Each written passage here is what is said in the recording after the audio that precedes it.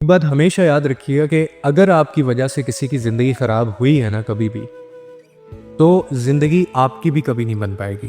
फिर चाहे तुम्हारे पास फ़िरौन जैसी ताकत ही क्यों ना हो, दौलत ही क्यों ना हो, तुम्हारी ज़िंदगी नहीं बन पाएगी। और उसकी वजह यह है कि जो कमज़ोर लोग होते हैं ना, अल्लाह उनके मामलात खुद देखता है। और जुल्म का निज़ाम जो है वो कभी कायम नहीं रहता हमेशा। जो दिल तोड़े, जो रिश्तों को मिट्टी में मिला दे, जो धोखा दे, जो किसी की मोहब्बत का मजाक उड़ाए, उसे अपनी जीत का गुमान कभी नहीं करना चाहिए।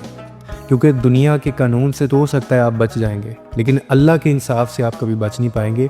और मोहब्बत और जज्बात का जो दुख होता है ना, ये कहते हैं सबसे बड़ा जुल्म है अगर आप किसी को दें। और जुल्म की सज़ा हर सूरत मिलती है, चाहे देर से मिले मगर मिलेगी ज़रूर। कमज़ोर लोग सिर्फ दुनिया की नज़र में कमज़ोर होते हैं, मगर अल्लाह के नज़दीक उनका दर्जा सबसे ऊंचा होता है।